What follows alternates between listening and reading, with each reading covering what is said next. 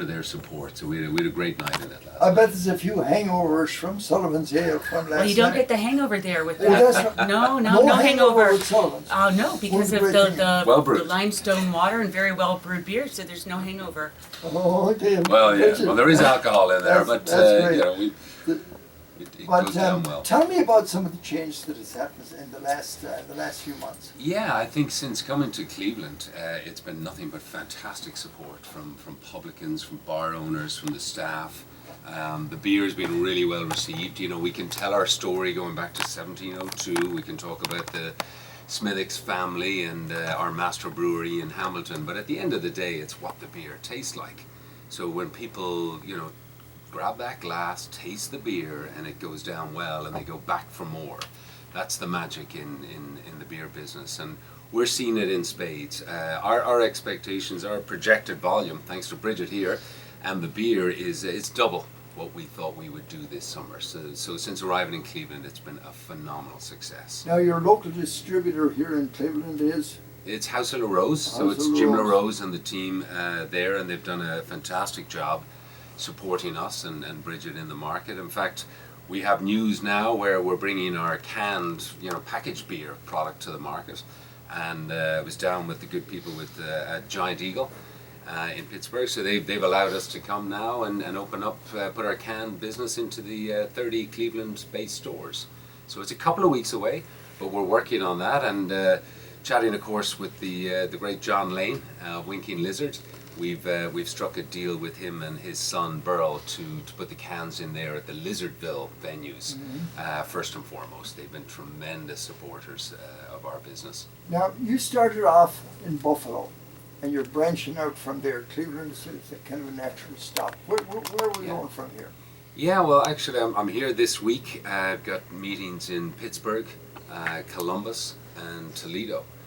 With distributors. So the game in the beer business is to find, you know, the right markets where you think the beer will go well, and then you need to find a distributor in the US or in that market that will deliver the product for you and look after it. So we're at that stage now where we're looking for distributor partners to bring us around Ohio. So it's been so well that's your received. job, Bridget, to get around and build familiarity with Exactly. the product. Exactly. And the different restaurants, bars, hotels. All of them, and we cover 9. House of the Rose footprint is for 9 counties.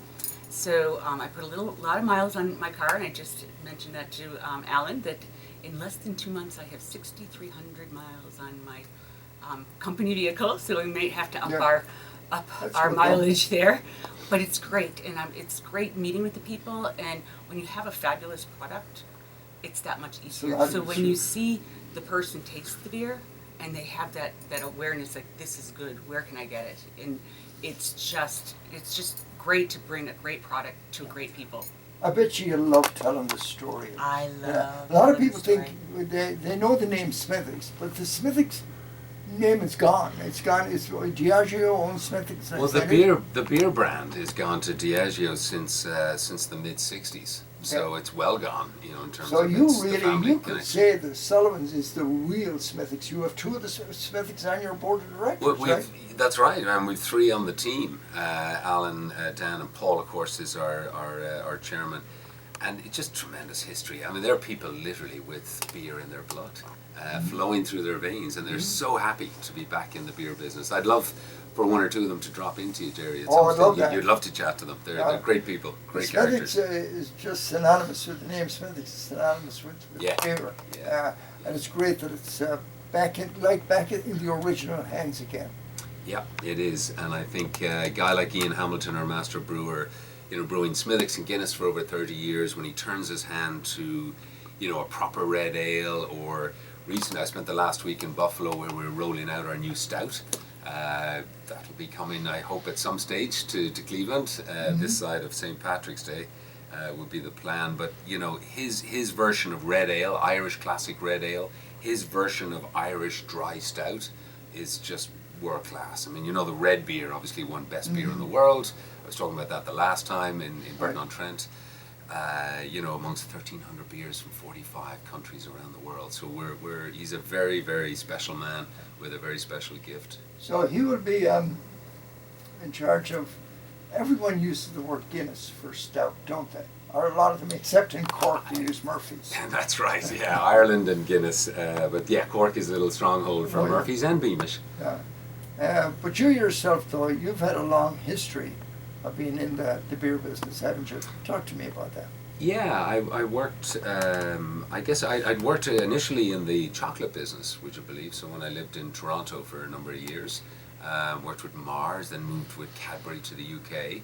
And then I got an opportunity with the Heineken business in Europe, running their innovation team for Western Europe. And actually a lot of people transfer from chocolate to beer in the planning, marketing world, because it's about formats and channels, different stores, different formats, and different occasions, for the consumption of the product. So beer and chocolate are very similar in that regard. So, and they're both indulgences. So I moved to Heineken, was a very natural fit. Spent a few years there working the innovation. They're a phenomenal organization in terms of dispensing beer and new beers. They're the world's second biggest beer company. So they have a lot of resource to think about innovation and new products. And then I got the opportunity to move to Diageo. Spent some time on spirits, from Bailey's globally, looking after the brand, to Johnny Walker. Spent a little time on whiskey, and then got the opportunity to work on Guinness. So I was the global commercial director for them. Spent a lot of time in Africa, actually. Nigeria is their #1 market for Guinness, and a lot of people very won't important believe market. that now. Nigeria, the #1 for Guinness. That's the right. most Guinness in the world is sold there, is it? Or That's right, yeah. It's a different format. It's foreign extra stout in a bottle, and it's carbonated CO2, as opposed to the draft Guinness, which is nitrogen based. But it is by far the world's biggest Guinness market. So fascinating country, amazing people, and they love their Guinness. They're not too sure where it comes from. When I asked a number of people, where do you think Guinness comes from, and they assume it's Nigerian because there's 3 breweries down there. But when we push them on the Irish, the goal is now to make Sullivan's the same name as Guinness. that's right. We have a big Displace Guinness as the #1 recognizable. 1 pint at a time. One Jerry. pint at a It's a very difficult task. Great respect for Guinness and all they do. I think we just want to provide an option, a choice for people.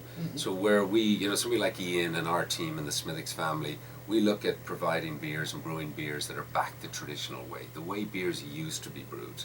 And that's steeped in the tradition of Kilkenny, 800 years of brewing tradition, and of course Sullivan's that goes back to 1702. So we're just bringing back what we think are the more robust, the more traditional, the more drinkable, the more tasty versions of classic Irish beers. When you and Bridget talk about this stuff, it almost makes me want to go back on the booze and the beer. I haven't had a drink in 27 years. Well, stay that way. That's For your like clean penance, living. Jerry. So, I'm sure you have your vices, Jerry. We're gonna play a song here, and then we're want to listen to some harp music if you don't mind, and come back and talk to you some more. Is Siobhan here?